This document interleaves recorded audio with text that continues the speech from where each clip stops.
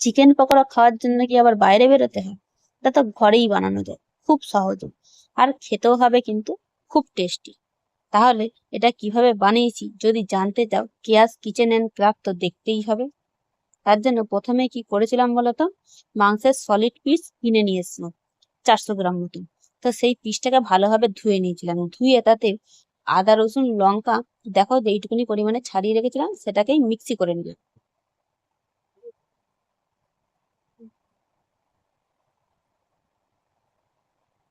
আদা রসুন তো অল্প জল না দিলে হবে না পেস্ট করা, তো অল্প জল দিয়ে পেস্ট করে নিয়ে সেই পেস্টটা কিন্তু মাংসের মধ্যে সবার ফার্স্টে দিয়ে দেওয়া হলো। তারপরে দেবো কি বলতো, একটা ডিম।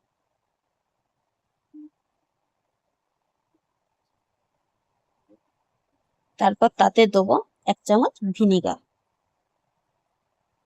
1 চামচ সয়া সস। সয়া সস দেওয়া হয়ে গেলে তাতে দেবো 1 চামচ গ্রিন চিলি সস।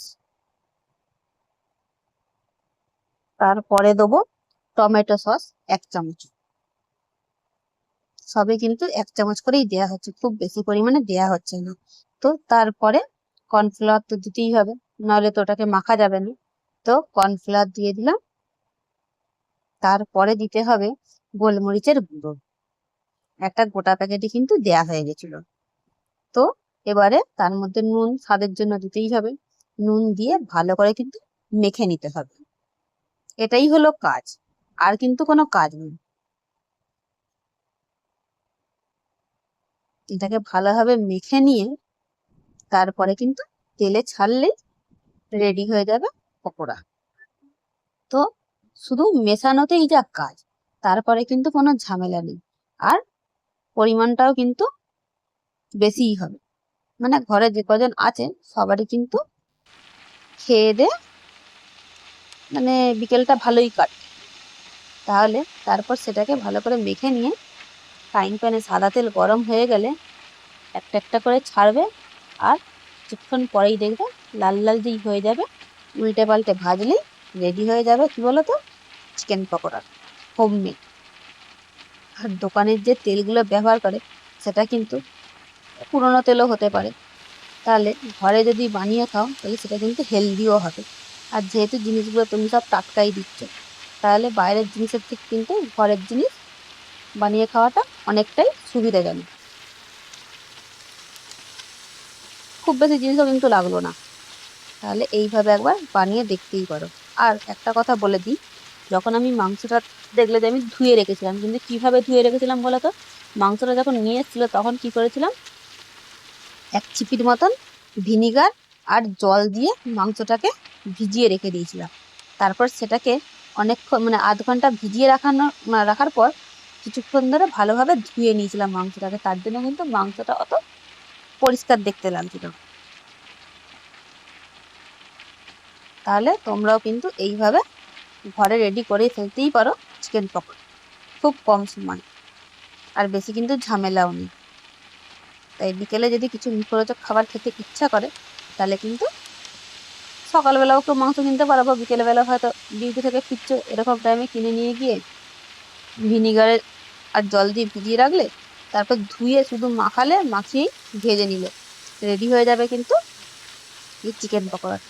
কিন্তু এটা খেতেও কিন্তু খুব সুন্দরই হয়েছিল, কারণ সার্টিফিকেটটা আমার ছেলেই দিয়েছিল। আর বাড়ির যে কজন খেয়েছিল সবাই বলেছিল হেভি হয়েছে। তাহলে দেখো, আমি 400 গ্রামের মতন চিকেন দিয়ে করেছি, কিন্তু 3-4 খোলা আমার চিকেন হয়েছে। তাহলে সবেতে একটা খোলা উঠলো, এরপরে কিন্তু আরো 1 খোলা ভাজবো।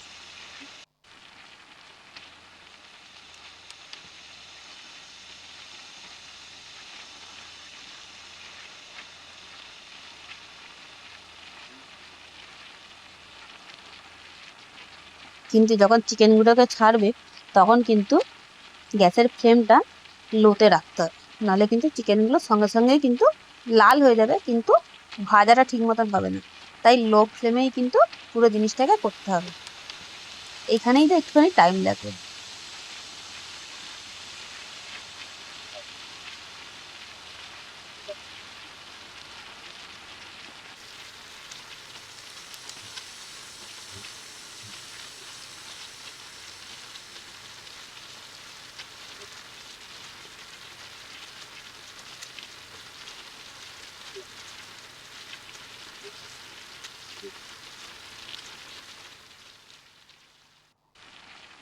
আর এইসব আইটেমগুলো আমাদের ঘরে কবে হয় বলো তো?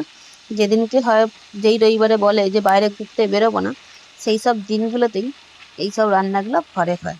কারণ অন্যদিন সময়ের অভাব থাকে, কিন্তু রবিবার দিন তো আর ঘুরতে যদি না যায় তো সারা বিকেলটাই তো ঘরেই থাকা হয়, সন্ধ্যাটাও ঘরেই থাকা হয়। তো সেই ফাঁকা টাইমেই কিন্তু এইসব রেসিপিগুলো ঘরে ট্রাই করা হয়। তাহলে বাইরে বেরোতেও হলো না, ঘরেও সুন্দর একটা রেসিপিও তৈরি হয়ে গেল।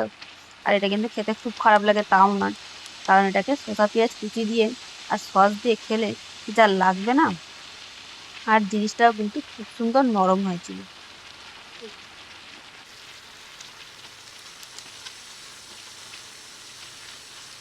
তাহলে দেখো, দু খোলা কিন্তু আমি ভাজা দেখালাম, বাকিগুলো পরে আবার ভেজে নিয়েছি, সেগুলো অত তো আর ভিডিও দেওয়া যাবে না। তো সেই হিসাবে তারপর প্লেটে সার্ভ করো না, পেঁয়াজ কুচি, শসা, টমেটো সস দিয়ে। আমার ছেলে দেখো সার্টিফিকেট দিচ্ছে যে হেব্বি হয়েছে। তাহলে বানিয়ে জানাও কেমন হয়েছে।